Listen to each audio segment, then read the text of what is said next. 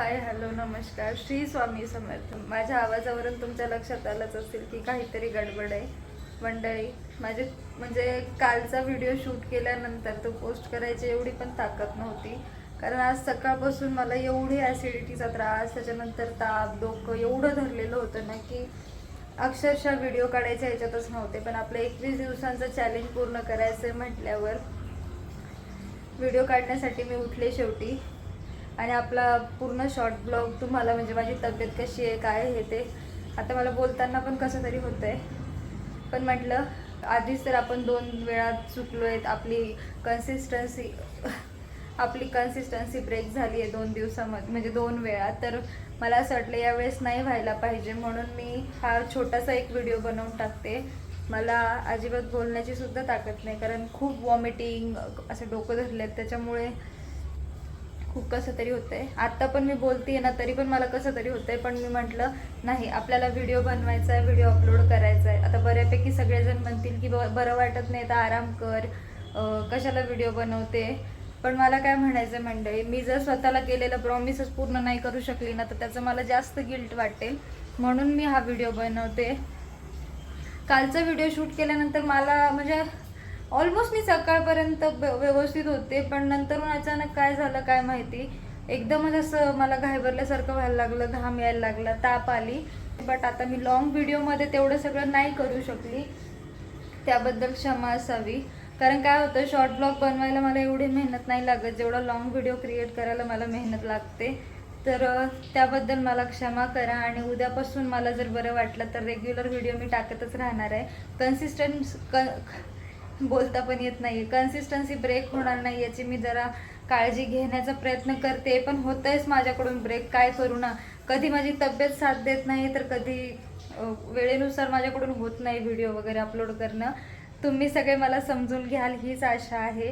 आणि मी लवकरात लवकर बरी व्हावी ही तुम्ही देवाकडे प्रार्थना करा. माझं असं झालंय ना की खाली दिमाग शैतान का घर, काहीतरी खुसपट काढते. मोबाईल बघायला गेलं की डोकं दुखतंय. किती वेळ मोबाईल तरी बघणार. मोबाईलची चार्जिंग सुद्धा मी 3%वर आणून ठेवली आहे. पण मंडळी, रिकामं पण बसवत नाही आहे, काहीतरी करू वाटतंय. असं वाटतं की एकतरी व्हिडिओ शूट झाला असता, काहीतरी मस्त वाचून झालं असतं, काहीतरी छान बघून झालं असतं.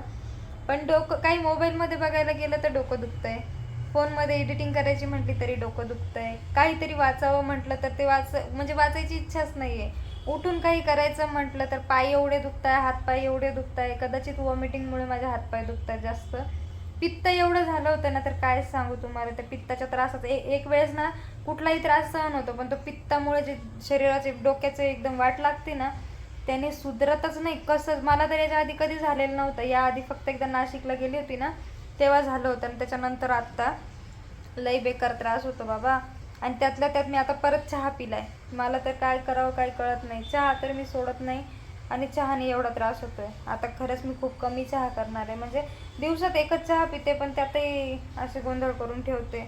आणि आता जवळपास किती वाजले तुम्हाला सांगू का, मैत्रिणी माझ्या सपोर्टिव्ह आहेत बरं का. पण मला असं वाटतं की दिवसा कितीही त्रास असला ना तो सहन होतो, पण रात्रीचा नको त्रास. कारण की आपली झोप नाही, आपली तर झोप होतच नाही, पण आपल्यासोबतचे जे असतात का त्यांचीही झोप मोड होते. माझ्या फ्रेंड्स तशा सपोर्टिव्ह आहेत, पण त्यांनाही उठवायला मला असं कसं तरी होतं की यार, दिवसभर त्याही त्यांच्या कामात थकलेल्या असतात ना, आणि आपण कुठे त्यांची झोप मोड करायची. पण असो, जर मला जास्त त्रास झाला तर मी त्यांना सांगेल तसं. पण होप सो देव करो आणि मला त्रास नाही हो. कारण आज दिवसभरात माझी एवढी हालत जाम झाली आहे ना की मला तो त्रास काय असतो हे शब्दातच व्यक्त करता येईना, की इतकं डेंजर त्रास मी पहिल्यांदा बघितलं. इतकं पहिलं तर सुरुवातीला काहीच नाही झालं. सुरुवातीला एकदम मला असं वाटलं की ठीक आहे, नॉर्मल पोट दुखतंय किंवा डोकं दुखतंय, ताप येते, नॉर्मल वाटलं. पण नंतरून काय त्रास सुरू झालाय, बाप रे बाप. जेवायला गेले तिथं तर मला अशी चक्कर येत होती. मला असं वाटत होतं उगाच जेवायला गेले. जेवण वगैरे करून झाल्यानंतर, म्हणजे जेवण जातच नव्हतं मुळात मला. त्या जेवणाचं पण असं नाही का वास आल्यासारखं होत होतं.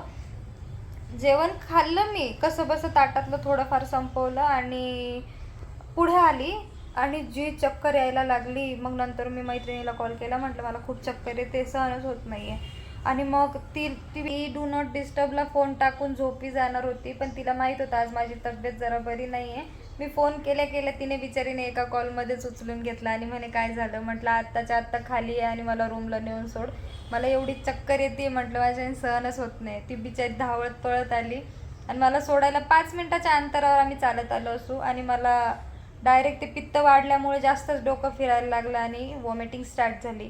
मग आडोशाला जागा बघितली, तिथे वॉमिटिंग वगैरे केलं आणि मग पळत पळत लवकर रूमपर्यंत आलो. रूमला आल्यानंतर फ्रेश वगैरे झाली, झोपली. तोपर्यंत असं वाटत होतं की आता बरं वाटतंय, पण त्याच्यानंतर जी काय हालत खराब झाली आहे, बाप रे बाप.